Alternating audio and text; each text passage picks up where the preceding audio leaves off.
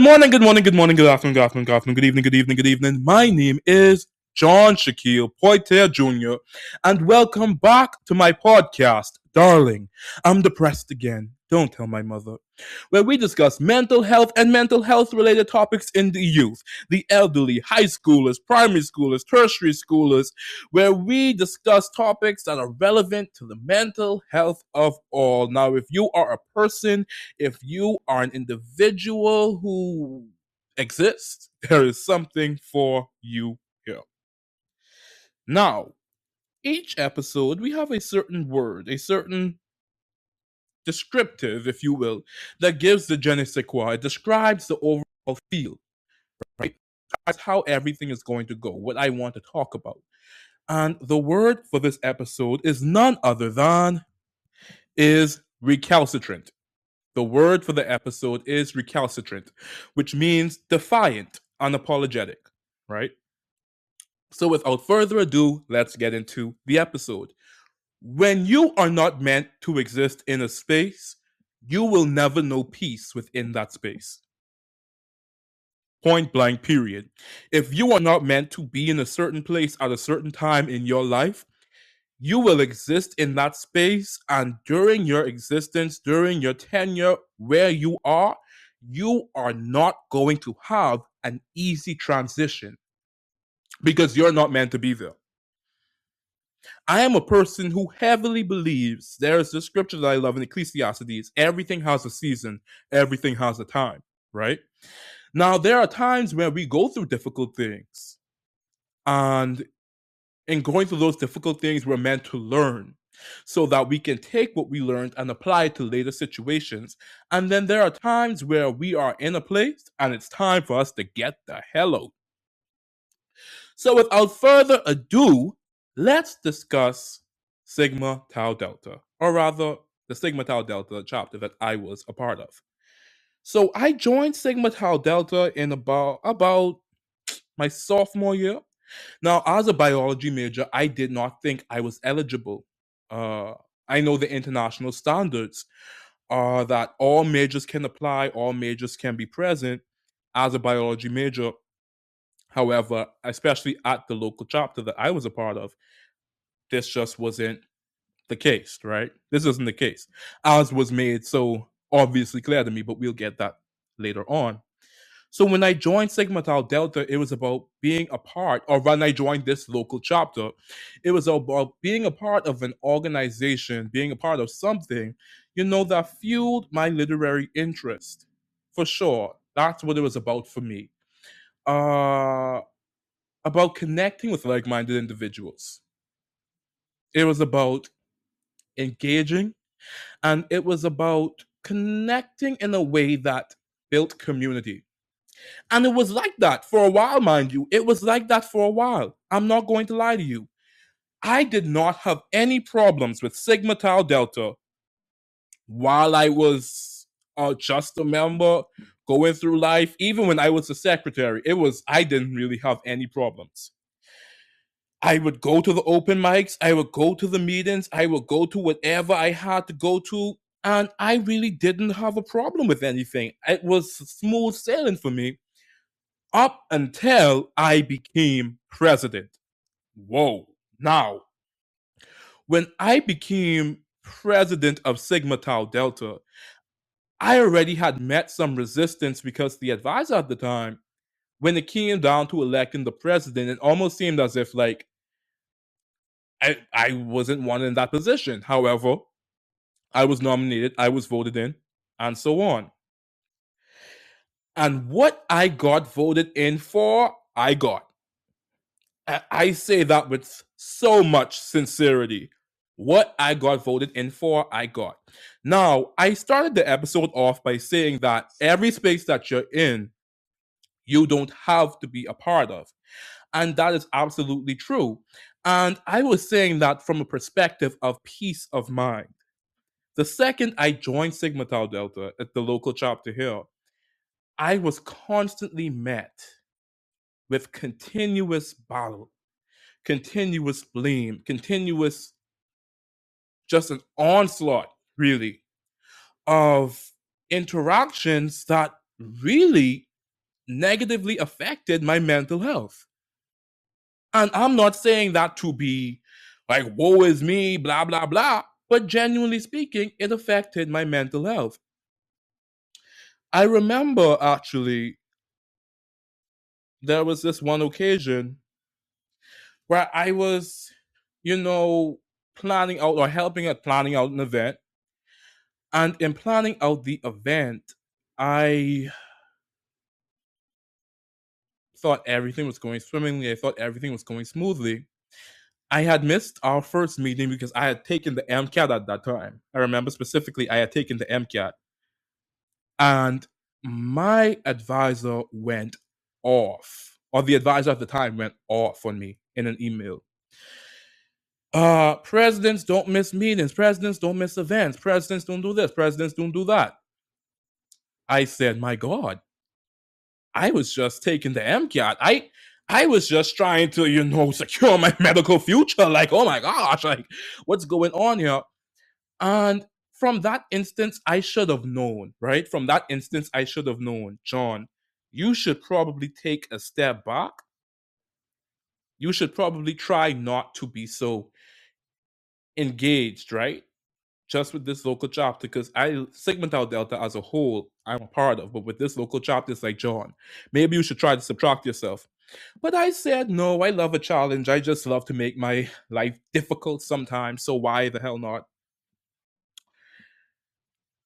So push comes to shove, shove comes to push.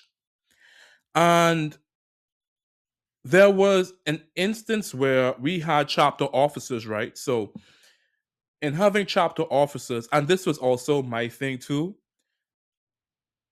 my leadership probably should have been more adaptable, right? Because in having chapter officers, I said, okay, here are some directives. Maybe here are some things that we should do. Here are some things that we shouldn't do. When I did that, I was reprimanded by by both my advisor and another officer who said they're going to do their job, and my advisor who said I shouldn't be doing that. I said, okay, cool. Y'all tell me why I get to the meeting. I get to an event that we are having, right? And my advisor's talking to one of the officers about the directives, and she says, "You know what, John? Because one of the directives was a social media calendar, because our social media presence was lacking, very lacking." And she said, John, I think you should send that social media calendar to such and such. I said the calendar, like I said, okay. I said, okay, because in my head I'm thinking the calendar you just told me I was overstepping with. I had overstepped with. So there were so many indicating factors that this was just not the space for me, from the conflicts to the interactions to the aggression to everything that was encountered. This was just me realizing, hey, maybe this isn't the space for you. Remember the word of the episode, recalcitrant, meaning defiant and unapologetic. So, in encountering all of these things, my fault and what I should have done, I should have taken a step back much sooner. Because when you recognize that something is not for you, when God shows you a sign that something is not for you, it is up to you to decide whether or not you want to continue with the trend that you are on, right? It is my belief that there will always be signs that we are not meant to inhabit a certain space at a certain time. And if you are inhabiting that space at the given time, you will not be able to be as productive as you want because your energy is not needed there. Your energy is not supposed to be there. When it came down to Sigma Tau Delta, especially the local chapter that I was a part of, I should have recognized that. I most definitely should have recognized that earlier on. But I digress. So I think my breaking point came about when, so My breaking point and the reason why I chose recalcitrant, right, defiant, unapologetic as a word for this episode, it came about because during my interactions, and I'm going to get to why I left, but during my interactions, a lot of times I was so, what's the word for it?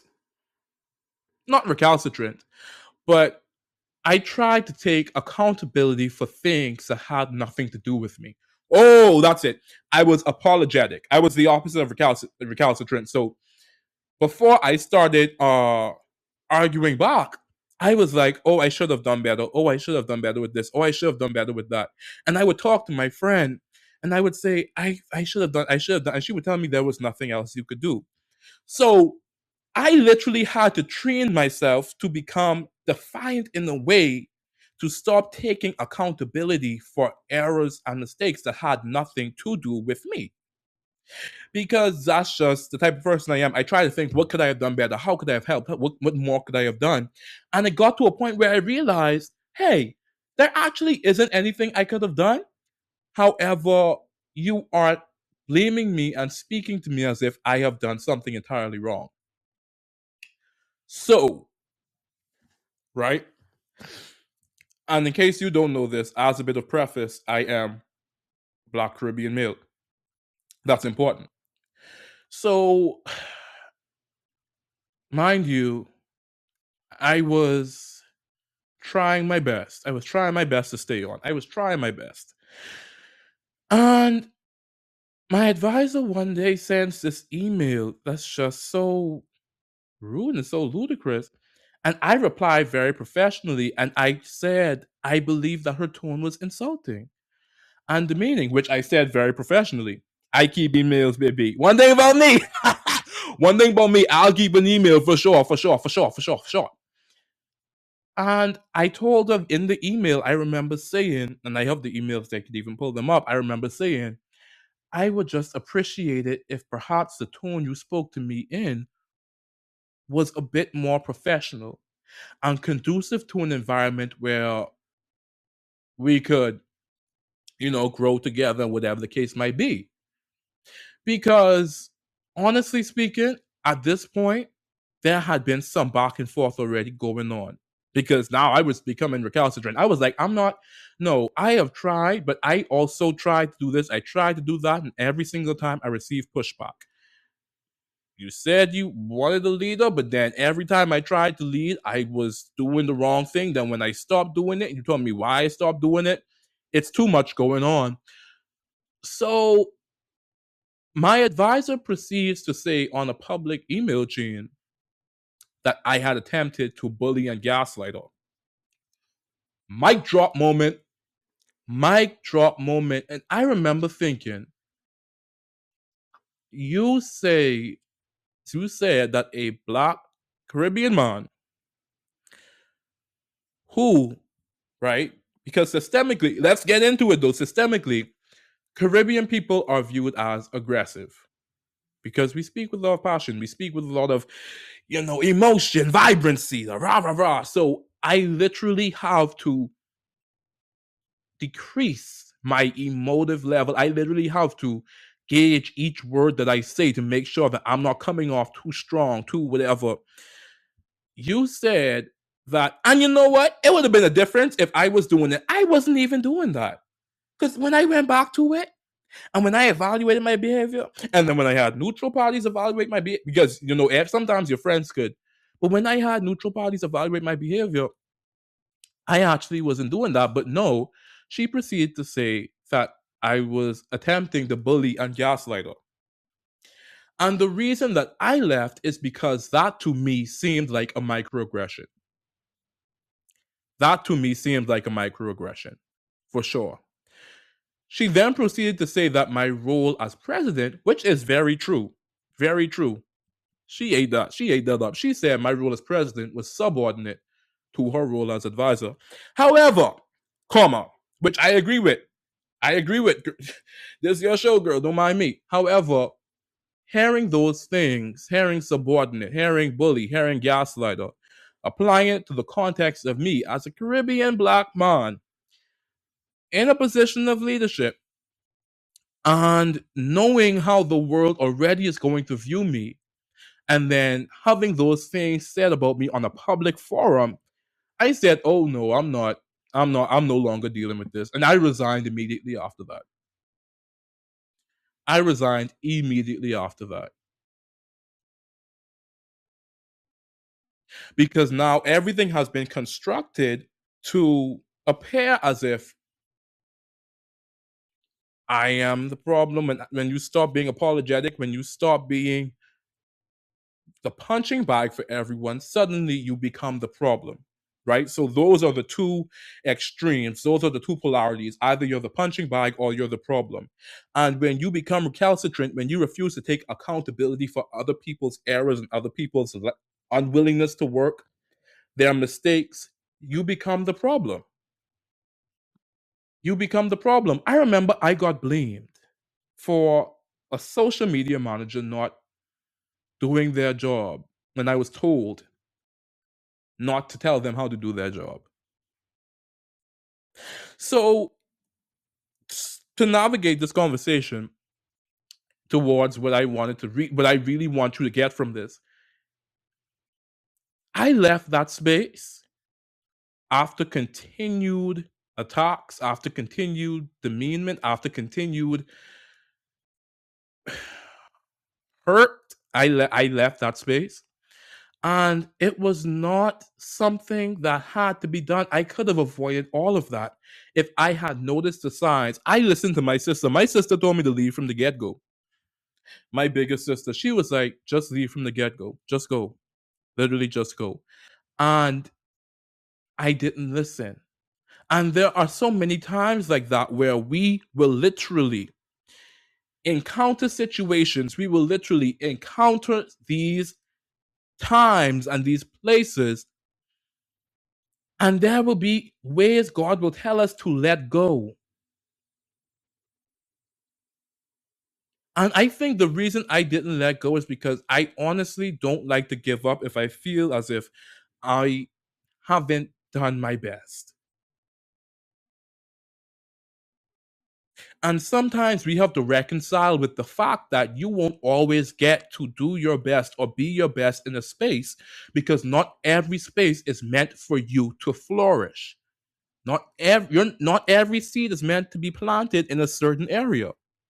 There are times where we have to plant mango seeds in deeper soil, and there are times where we have to plant grass seeds on something, something a little lighter. Where you are planted isn't always where you're supposed to be. And that's why when we grow in certain ways, we don't know how to adjust or we don't know how to handle these things because we're literally not supposed to be in that soil. And it's up to us to uproot ourselves and remove ourselves, right? But if we do that when it's a younger stage, when we were just planted, when we had just inhabited the space, it is so much easier than later on when we're encountering everything. We're encountering all this pain, we're encountering all this trauma, we're encountering all of these things. And now we literally have to dig up ourselves. We have to scratch at our roots to be uplifted. It is so much more difficult to uproot yourself when you have been planted deeper. I could have left before, way before my advisor called me that I was attempting to bully and gaslight. I could have left way before that. And I wouldn't have to deal with that vitriol and that attack. I wouldn't have had to deal with that. But I chose to allow my roots to permeate the soil. I chose to go deeper. And that was on me. And that was on me. Do not make the mistake that I did. Know when to leave a space that is not meant to you. Respect the law of space and boundaries. Set a boundary between you and the thing that you do not need to be a part of. Yes, and in dealing with all of that, I realized that a lot of what I went through, it genuinely, it could have been avoided. Now, How could it have been avoided? By recognizing the signs. By recognizing the signs, the initial signs, the initial treatment, and choosing to move accordingly. And choosing to move accordingly. And you know what's so funny? And let me tell you how God works. There was a convention that you had to apply for, right? Submit a paper for. I submitted, I was what, one of two people that got accepted in the chapter, one of two people. And I went to the convention and I listened to the writers, I listened to and it was just such an a wonderful atmosphere. I met so incredible people. It was quite a wonderful time. I was even, it was all paid for me to go. And I was so grateful for that opportunity and to experience that. Now, that was a space that just aligned for me. And when I planted myself and I went, it was like I flourished. I was happy to be there. It was so much light and wonder in that space. However, locally, oh, nah, nah, nah, nah, nah. And that's okay. You will sometimes learn that the place that you are inhabiting is not for you. But you can go somewhere else, do the same thing, be around a different type of people from the same thing, and you will find that it's better for you. Sometimes your personality just doesn't mesh. Sometimes it's just different things don't mesh, right? Different things don't mesh for different people. But it's up to us to protect our mental health. It's up for us to protect our psyche. And we have to say to ourselves, what is the value of me being here? It's something I've learned from my oldest sister, or two of my sisters, to ask myself the question of what is the value? What is this adding to my life? And then after that, I also had to learn, listen, this don't matter. I would talk to my sister and say, Jojo, I can't believe like they say, oh, yeah, and Jonelle would literally tell me, and I won't forget. She said, JJ, you know who you are. You know what you do. Why do you care so much? And there are times when my big sister says stuff, and I'm like, she could have been a bit nicer about that. But then later on, I realized, why do I care so much? And I had to realize to stop caring about the soil that rejected me, and instead to care about the soil that nourishes me. I had to realize to stop caring about the things, the negativity, the hatred, the vitriol, the malignance that people had for me, and to start putting my energy into things that would enhance me, that would bless me, that would correct me and help me to grow as an individual. So it was like, oh, wait, yeah, I don't have to care about this. I I literally do not have to care about this. And sometimes it's just as easy as that. Sometimes it's much more difficult, mind you. But sometimes it's like this switch flips on and it's like, oh, I truly don't care. Like, it happened. It was a thing that happened. I went through it. Now it's like, oh, okay, okay. And I didn't realize the benefit of that until I went to the conference and I had to interact with the people, I had to interact with the advisor. And I felt nothing. I didn't feel any, it just was nothing. There was no regard, there was no this, it was nothing. It was this nothingness. It wasn't this ambivalence, but it was just like this peace, right? This peace knowing that, hey, I still made it here regardless. God's willing, God's grace, God's blessed it all. I still made it here. So it truly, it's okay. It's all right. We put so much energy into caring for things that don't suit us, like for caring for things that will pass along. In 5 years, will that situation matter? Will that thing that you are trying to hold yourself to, that space, in 5 years, will that situation matter? In 10 years? Will it matter in 15 and 20 years? Will it matter? Will it matter to you? We have to learn. We have to learn. And y'all keep hearing me say, we have to learn. We have to do this. We have to do that. Listen, I love learning from people's mistakes. I hope y'all like learning from my mistakes because it's when you learn, you grow. And when you grow, you succeed. And when you succeed, you flourish. And when you flourish, you prosper. Right? And if you want to prosper, listen to what I am saying. If it doesn't matter in 5 years, if it doesn't matter in 2, if it doesn't matter in 1 year, right? If it didn't matter, listen, that happened in what? Last year, December, November. I just talking about it. It's like it becomes irrelevant in the grand scheme of things. The issues that you have with people, the confrontations you have with people, the encounters, all of the negativity, all of the this, blah, blah, blah, blah, blah. Yes, it can affect you negatively. But remember, the scope of what you are experiencing, a lot of those things exist solely in our mind. And we have to begin to tell ourselves that fundamentally, those people, those things, those situations, they don't matter to where I'm trying to go. They don't matter. They have nothing to do with what I'm trying to be, how I'm trying to succeed, what I'm trying to do. They do not matter. They do not matter. They do not matter to you. They do not matter to what you're trying to do.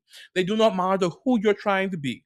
All the negativity, all the hurt, all the pain, take it, repurpose it, grow from it, learn from it, become better, do better, want better, be better, grow good. Not sponsored by Cardi B. I'm kidding. But you have to take it and repurpose it for yourself. Stop giving purpose to things that are purposeless. Some of these things do not matter. Some of these situations, they are so gassed up in our heads, but when you look at it in real life, when I looked at it in real life, and it was like what, a little while later, I looked at it in real life. I said, you know what? I don't even care no more. It's not that I don't even care. It's like you said these things about me. I've moved on. And that's life. And that's life. If you will not remove yourself from a situation,